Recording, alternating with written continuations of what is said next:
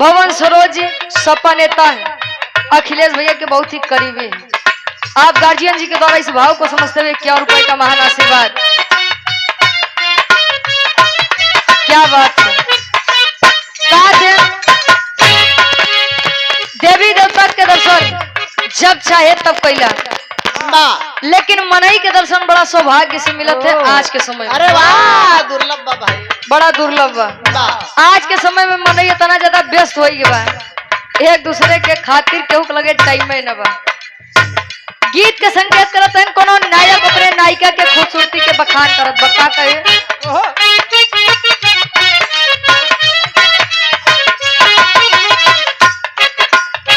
लाले लाले होठवा से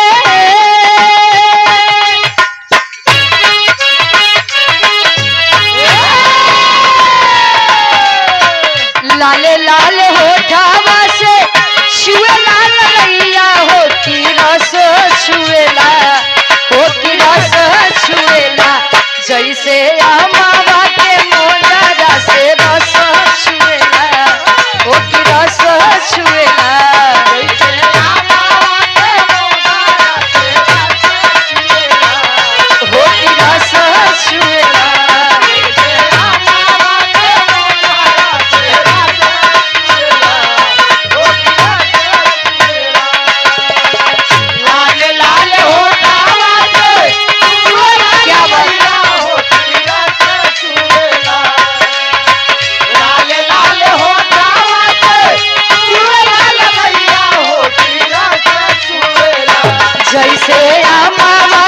मोजरा से रस छुएला, होती रस छुएला।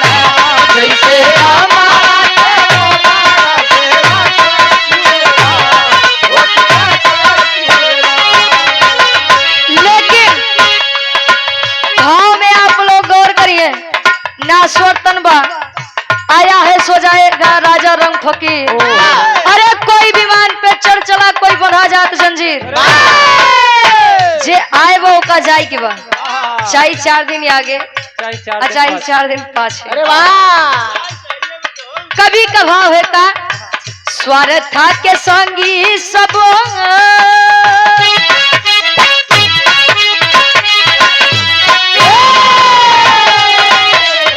स्वार्थ के संगी सब बाटे बेटा नतीजा याद रखिया, कोई याद रखिया माटी हो जाई शरीरिया याद रखिया, कोई याद रखिया माटी हो जाई शरीरिया याद रखिया, कोई याद रखिया माटी हो जाई शरीरिया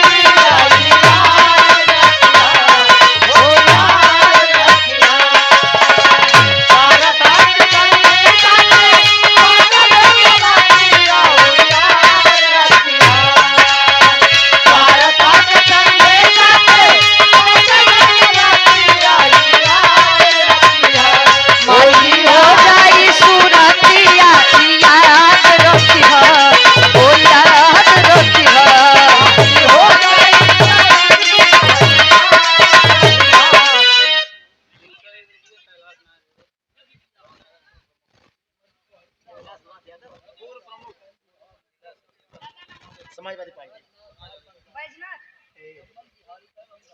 अच्छा, और आप गार्जियन जी परम सम्मानित परम आदरणीय आप बैजनाथ पाल जी रमन बिहारी अखाड़े से आप गाना भी गाते हैं। अरे वाह, हाँ हाँ वही है दादा, बस समय आवे तो तुरंत बिना सुनाई जा, अपना परेशान न हो।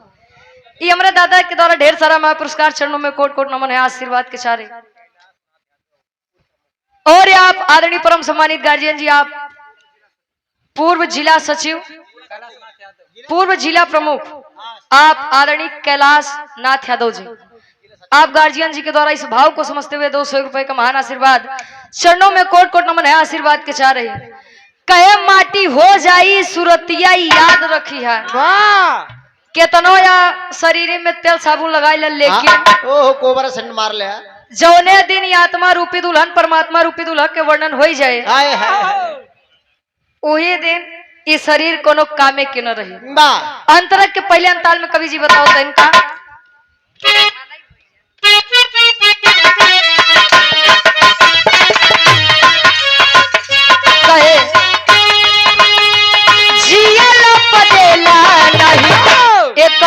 लोटा पनिया जिया बदला नहीं एक लोट पनिया जिया बदला नहीं एक लोट पनिया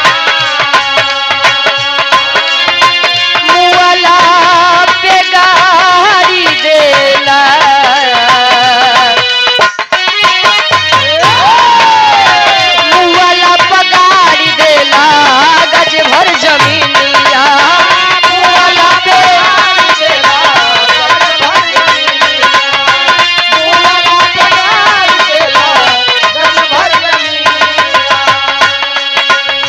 स्वार्था के संगी सब स्वार्था के संगी सब बाटे बेटा नतिया ई याद रखिहा हो याद रखिहा माटी हो जाई शरीरिया याद रखिहा हो याद रखिहा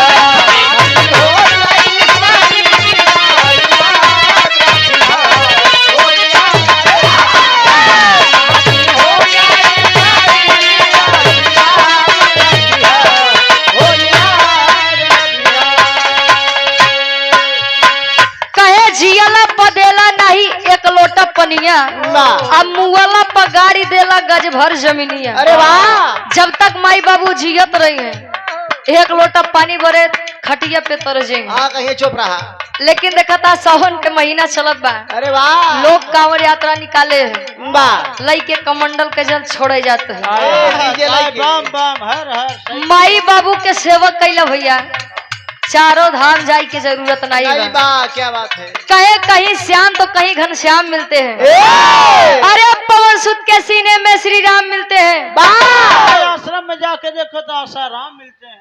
हाँ चलाना ढेर दिन करे यहाँ। अच्छा कहाँ से आया वो ए हनीप्रीत चेला है ने अच्छा वो जब से अंदर गए तब से यहाँ ये कहा कहे कहीं श्याम तो कहीं घनश्याम मिलते हैं वाह! अरे पवन सुत के सीने में श्री राम मिलते हैं ए! स्वर्ग की राह ढूंढने वालों सेवा कर लो माँ बाप की वाह! क्योंकि माँ बाप के चरणों में चारों धाम मिलते हैं अरे वाह माई बाबू के सेवा कर लेबा तो कतो जाए के जरूरत नहीं बा नहीं बा वाह! हाँ नहीं तो झूठे तुम्हें माता पिता तुम्हें वही करा दुनिया परेशान है अंतरक के दूसरे अंताल में कवि जी लिखा था इनका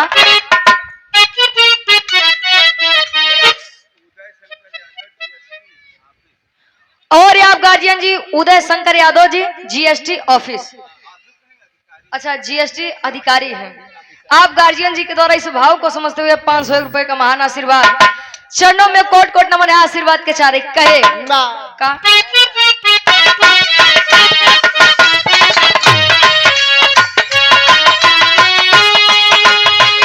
खाला कमाला यौरी बोला बतियाला खाला कमाला यौरी बोल बातिया काला कमाला होली बोल बातिया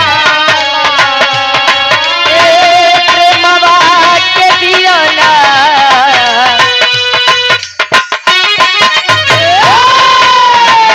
प्रेमवा के दियाना जगत में जराला प्रेमवा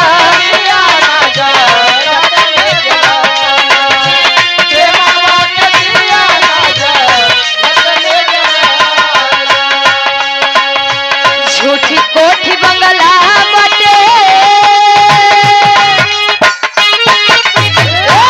झूठी कोठी बंगला बटे धन दौलतिया याद रखिया कोई याद रखिया माटी हो जाई शरीरिया याद रखिया कोई याद रखिया माटी हो जाई शरीरिया याद रखिया कोई याद रखिया माटी हो जाई शरीरिया याद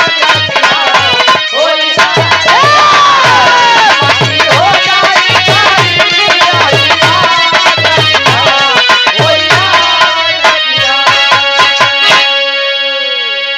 कहा जाता है संसार में आने के बाद 84 लाख योनियों में भटकने के बाद एक मानव तन मिलता है और जब मानव तन मिलता है तो लोग यहाँ आए के बाद आए है जब 5 चोर पीछे लाग गए, हाँ नहीं समय है। पांचों। अरे हमका छोड़ के हो, कहे काम क्रोध मद लोभ ईर्ष्या, अरे वाह। ये पांचों जगह पीछे अगर लग जाए, हाँ आज के जमाने की सच्चाई है, लोग अपने दुख से ज्यादा दूसरों के सुख से परेशान अरे हैं। वाह।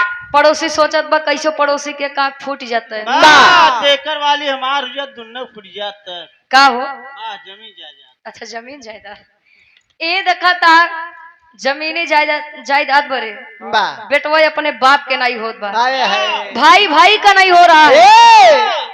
यही माया मोह में पड़ के वाह कहे सावनी गुजर जाने पर, वाह। अरे सावनी गुजर जाने पर जल की कद्र होती है, ए! इंसान चला जाता है पर कीर्ति अमर होती है। अरे वाह। आदमी आता है चला जाता है, लेकिन संसार में जो काम करके जाता है लोग उसी का गुणगान करते हैं। वाह। नीक काम कह के जाबा तो लोग तहार बखान करी, हाँ कहीं चौराहे पे चाय पिया रहा है बेचारा। अब बेकार काम कह के जाबा तरे यार जोन भतोन ठीक है भाई, हाँ साफ हो गया। गाँव आनंद भाई। गाँव आनंद होइए। जमाने की सच्चाई है, अरे वाह। जीवित इंसान कभी स्वर्ग जा नहीं सकता वाह। और मृतक इंसान कभी स्वर्ग से आ नहीं सकता। अरे है। अब विचार करत जाई स्वर्ग नरक कहाँ बा, वाह। स्वर्ग नरक कुल यहाँ ही गया है, वाह। जैसे इधर है। काम करबो वैसे नहीं नाम हो, हाँ, इधर है वाह। यहाँ ही गया। पुनः अपनी पूरी पार्टियों की आवाज में वाह दादी को सच्ची श्रद्धांजलि अर्पित करते हैं, वाह। ईश्वर उनकी आत्मा को शांति दे। अरे वाह। आखिरी में खानदान के परिचय बा, ओकर बाद गुरु जी के नंबर रही आवा।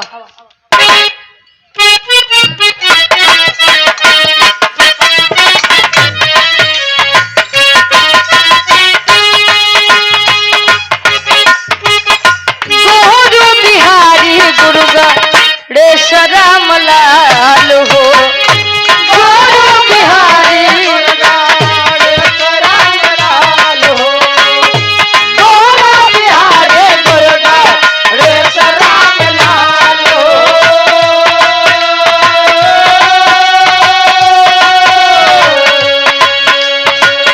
रामदेव चंद्रिका जी बड़े बेमिसाल हो,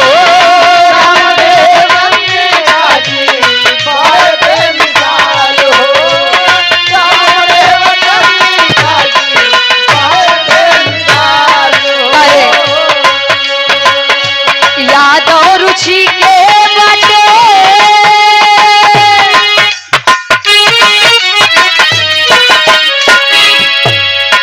अरे याद और रुचि के बाटे गीत गवनैया याद रखिहा हो, याद रखिहा टमाटी हो जाई शरीरिया याद रखिहा हो, याद रखिहा माटी हो जाई शरीरिया।